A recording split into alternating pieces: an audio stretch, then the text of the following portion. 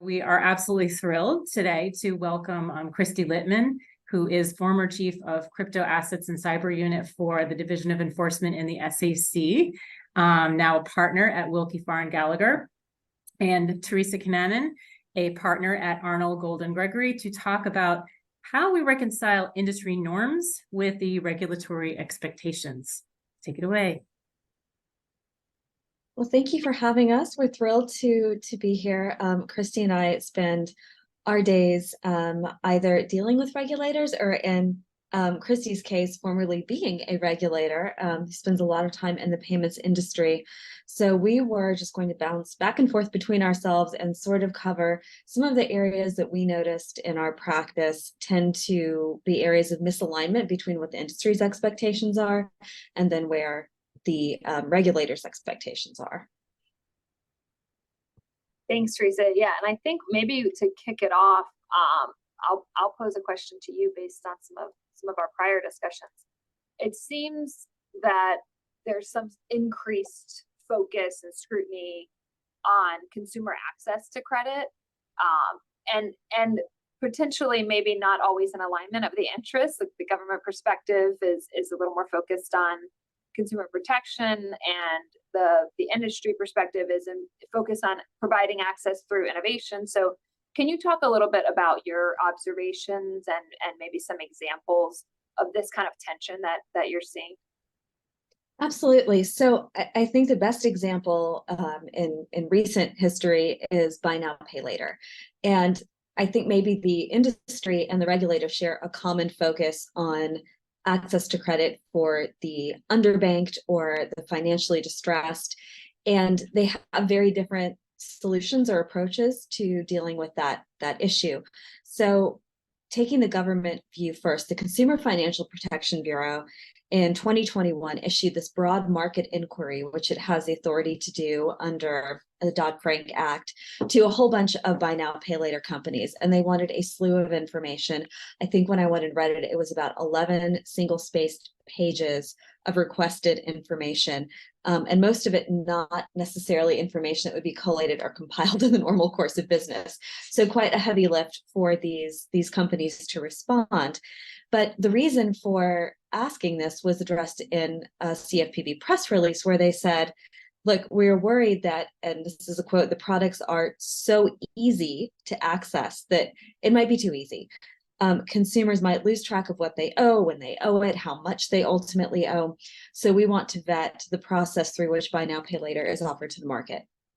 And so if you fast forward months after issuing the inquiry, receiving the data, the CFPB issued a report, and it was quite lengthy, very detailed, but the punchline was people who are in financial distress are the ones who use buy now, pay later.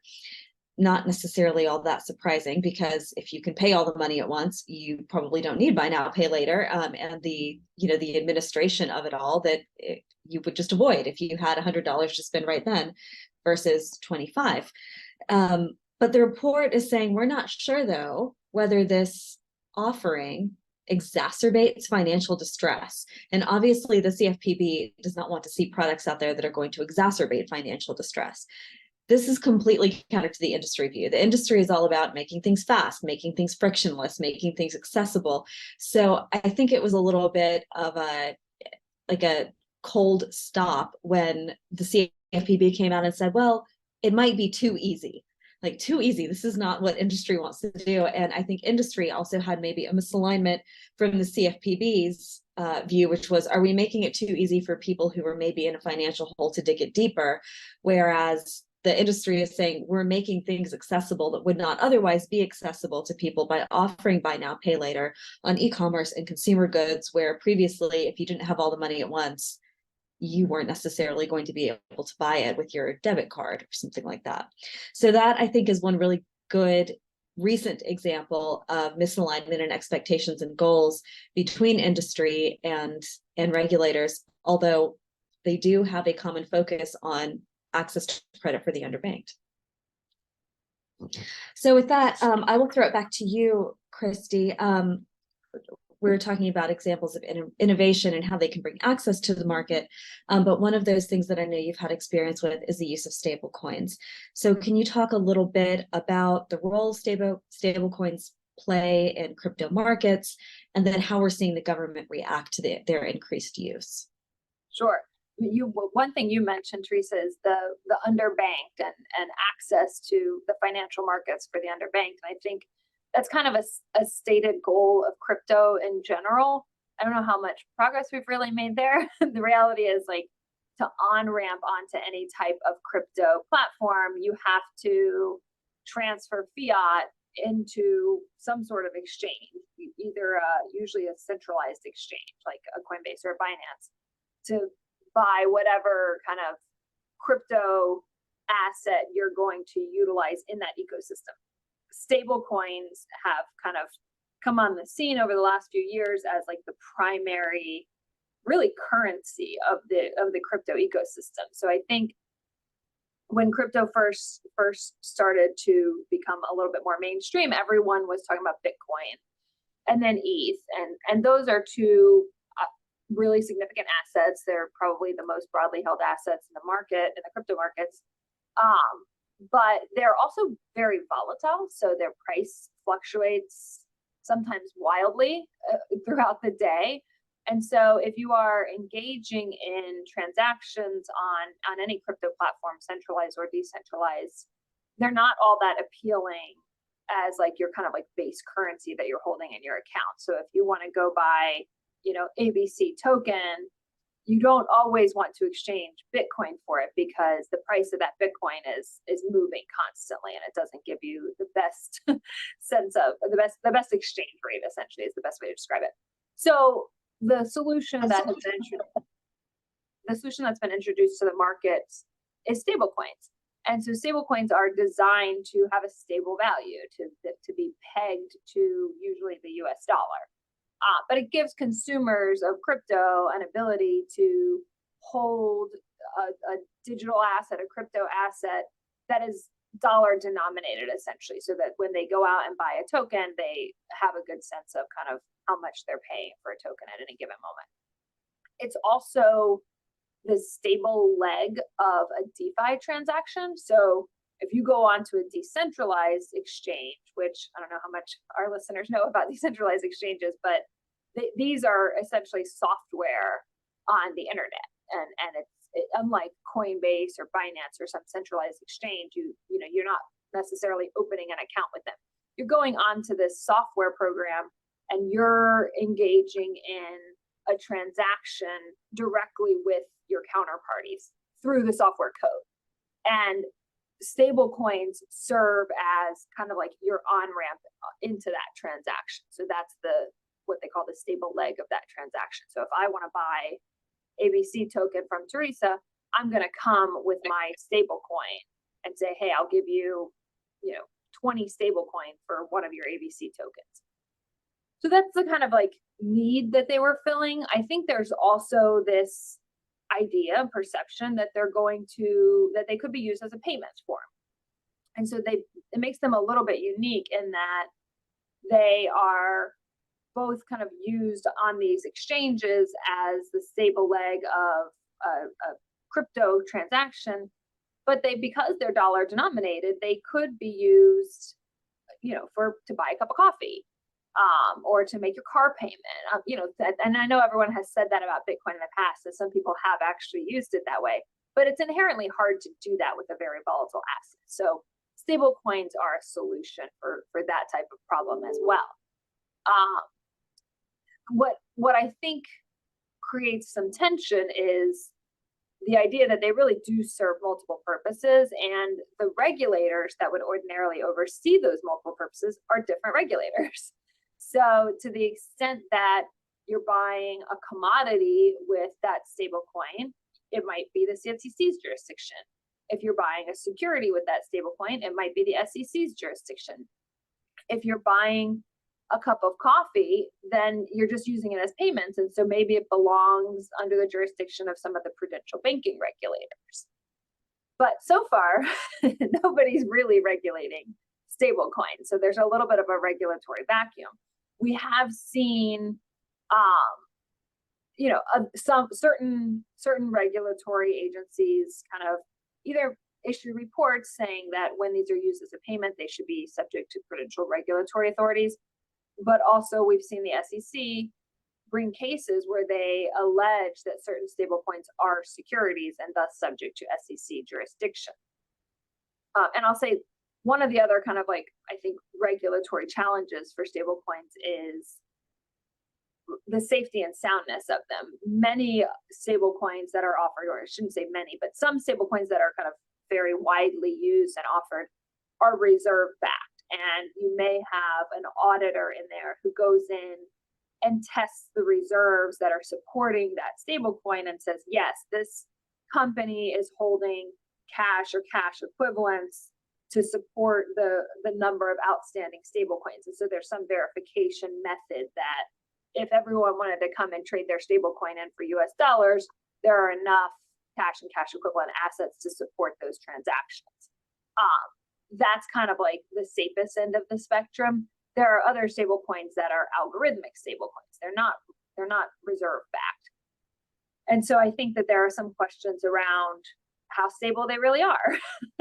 And we've seen examples of them becoming destabilized, right? The Terra UST case, which is the Terraform Labs case that's pending, that the SEC has begun litigation around, is an example of an algorithmic stablecoin that became depegged and lost all of its value in the midst of kind of financial turmoil. So there's a lot of litigation around the issue right now. The Terra Labs is one example of litigation where the SEC is asserting jurisdiction over an algorithmic stablecoin. There is a case that the SEC is pursuing against the Binance exchange, which is a centralized exchange. And there are a number of charges and issues being litigated in that case, but one of the many, many issues is whether Binance's stablecoin, which is BUSD, is a security. The SEC has alleged in their complaint that it is a security. And so, depending on how that case goes and whether they prevail, we may find ourselves in a situation where a reserve-backed stablecoin, like the one that Binance issued, is being regulated by the SEC. And so then I think we're going to have to grapple with all kinds of questions around whether prudential banking regulations can or should apply if that type of coin is being used in a payment system.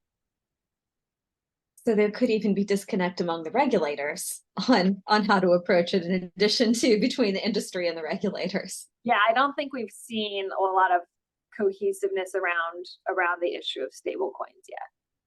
I think just kind of flipping it back to you, Theresa, I think some of the other challenges that you've mentioned that payments providers are facing are issues around chargeback mediation.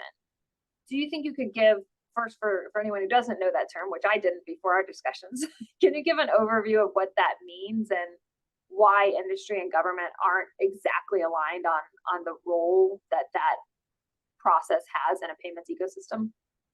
Of course. So the 101 on chargebacks is it a reversal of a payment card transaction that is initiated by the card holder.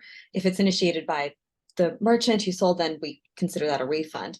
But this is something that I've certainly done it.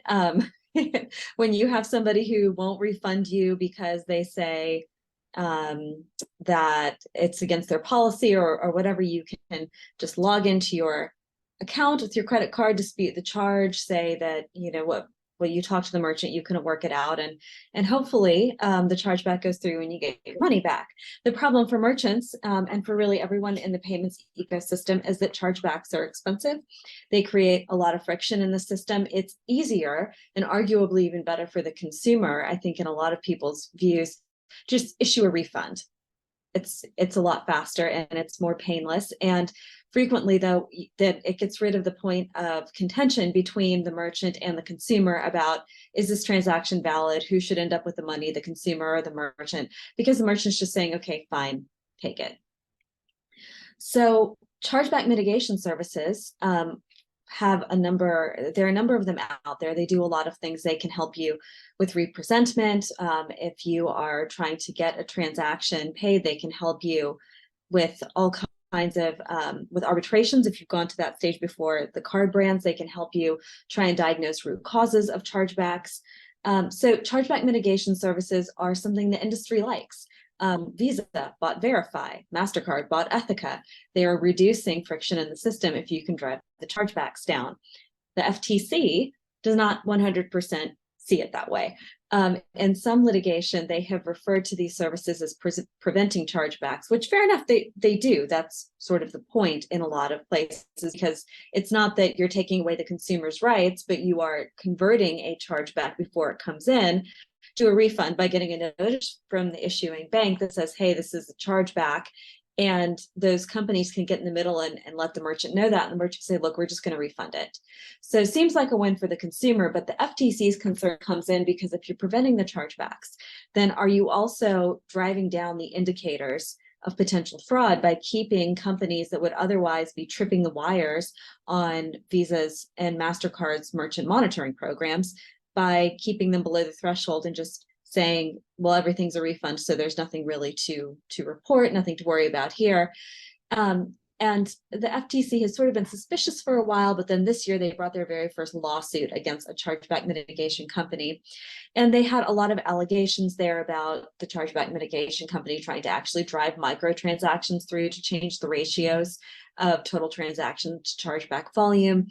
And no comment on those from my end one way or the other. That would all be a matter of proof in the case. But one of the allegations that really surprised me, as insofar as it was alleged wrongdoing on the part of the complaining FTC, was, hey, these chargeback mitigation companies are working with companies with high chargebacks, sometimes 3 to 6%. Now, 3 to 6% is high, but it's a little bit of a head scratcher, because if your chargebacks are low, if you have, a 0.25% chargebacks, which is a pretty modest ratio, you don't need a chargeback mitigation company. Why would you be working with one? It's kind of a non-event for you. It almost never happens. So the very idea that somebody who has those sorts of chargebacks just shouldn't have any remedy, or is inherently so bad that they shouldn't be remediated, seems implicit in that. And it's sort of surprising to see that approach from regulators, when in fact Visa and MasterCard, the ones who are supposed to be the potentially evaded by depressed chargebacks, are in fact the ones who have bought these companies and who are marketing their services to merchants and to acquirers. So that is another area of disconnect. We've covered so far a couple of things. We've done the stable coins and who regulates them and do they agree, buy now, pay later, chargeback mitigation services. But sort of a parallel issue to chargeback mitigation in the crypto space is the know your customer anti-money laundering platforms that transact in crypto. So obviously the technology is continually developing and changing. Kristy, can you talk to us a little bit about how crypto platforms are navigating this challenge of building compliance-focused KYC and AML programs? Happy to. Thanks, Theresa.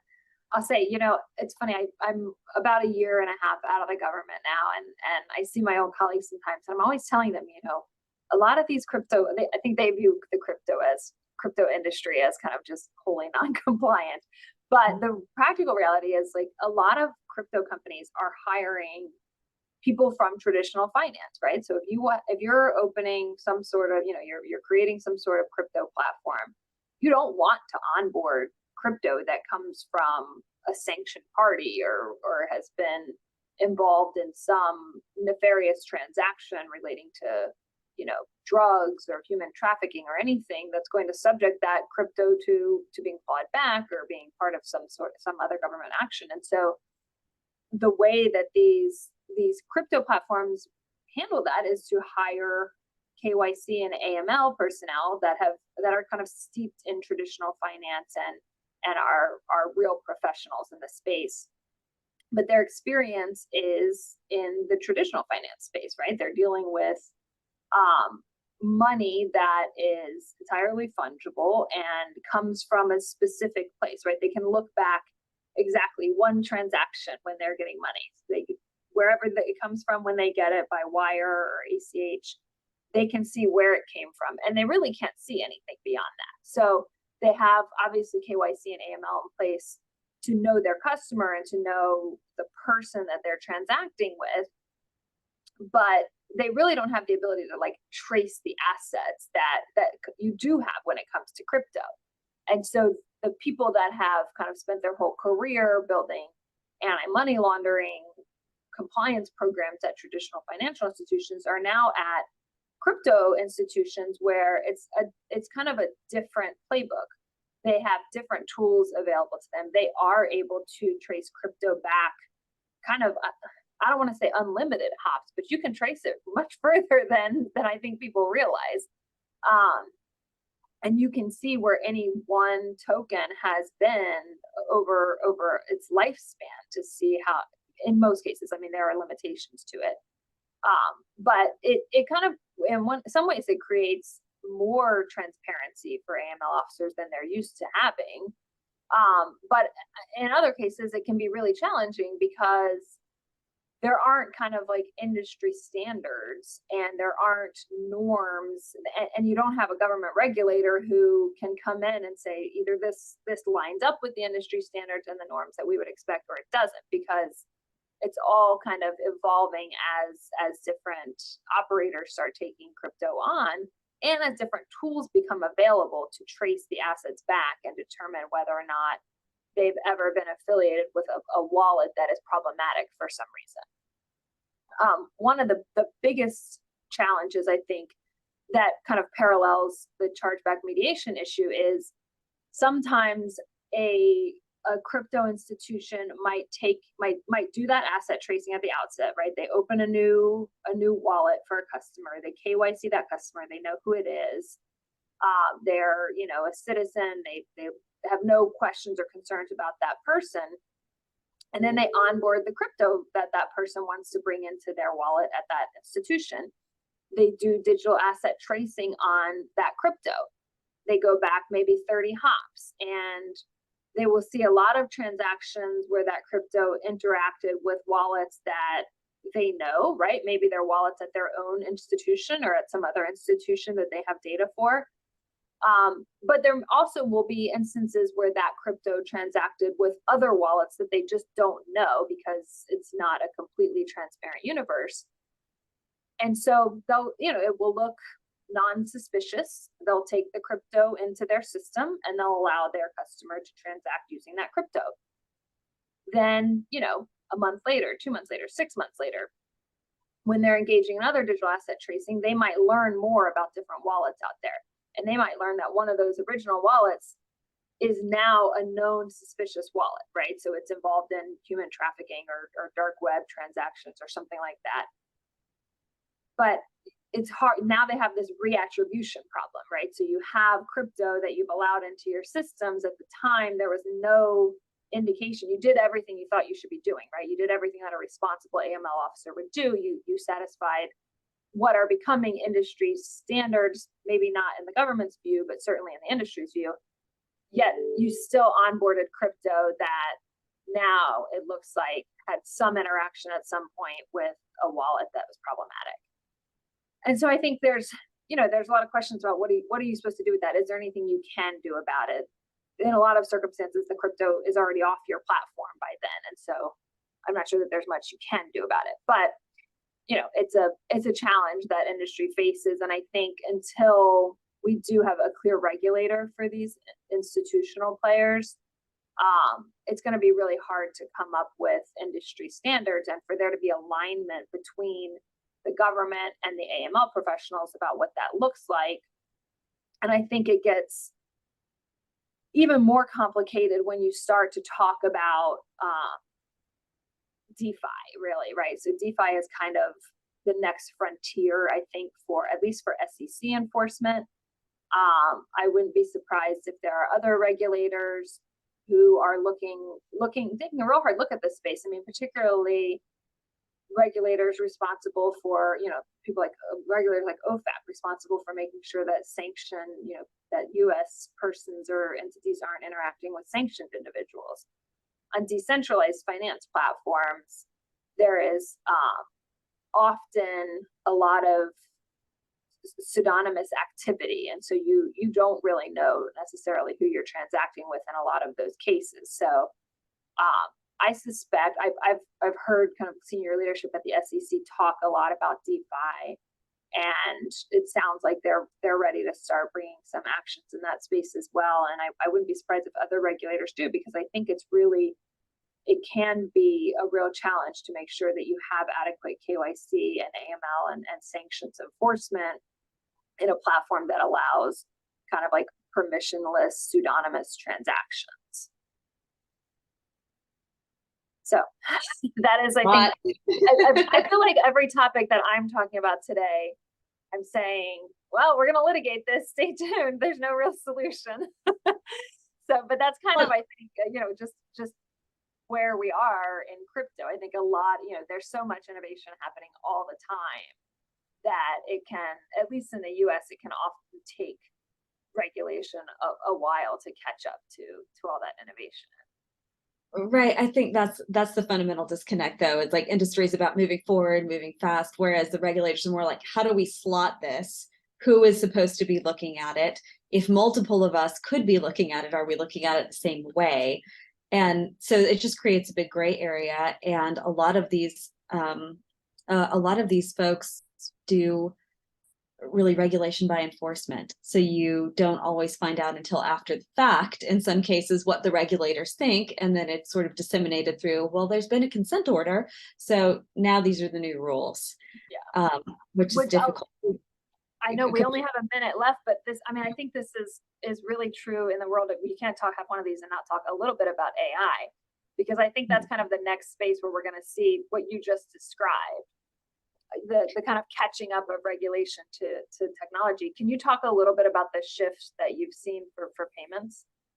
Yeah, just very briefly, I'm sure it's no surprise to the folks on here that automation comes to underwriting and payments. Is this merchant any good? But there are lots of ways to design your AI to do that initial vetting for you. But I think the regulators, again, are maybe a little bit behind innovation on that, because they still sometimes think that you are physically calling merchants and talking to folks. And like, no, if you're doing that manual process, you are light years behind others. You'll never board anybody. You'll lose out on every single deal.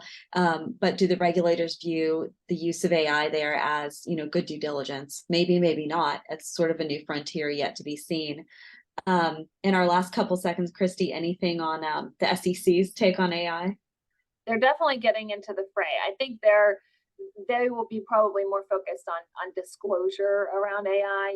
How are asset managers disclosing their use of AI to their investors? How are companies disclosing their use of AI? At least that's my sense in the beginning. But it'll be interesting to see how all the regulators kind of try to take a crack at AI and solving that vacuum. Well, it sounds to me like we need to have another webinar with you very smart, brainy ladies. Very excited to have you both, and thank you so much for your time today. One phrase that stuck out for me that Kristy said at one point was nefarious transactions. I feel like we have a lot of fun in this industry where we can, talking about how we talk about what we're trying to guard against, illicit actors, bad actors, and nefarious transactions is something that is going to be covered quite extensively in the next session. So I want to encourage everyone who was on this session to stick with us. We know it's a big day and there's a lot of knowledge being dropped here, but we are very excited that everyone seems to be sticking around to continue learning and getting smarter about what we are trying to disrupt and put a stop to. So thank you so much, Theresa and Kristy, for joining us today. Cannot thank you enough. And I'll be in touch. I think we need to have another go round on this. Thanks for having me. Thank you for having us. Thank you so much.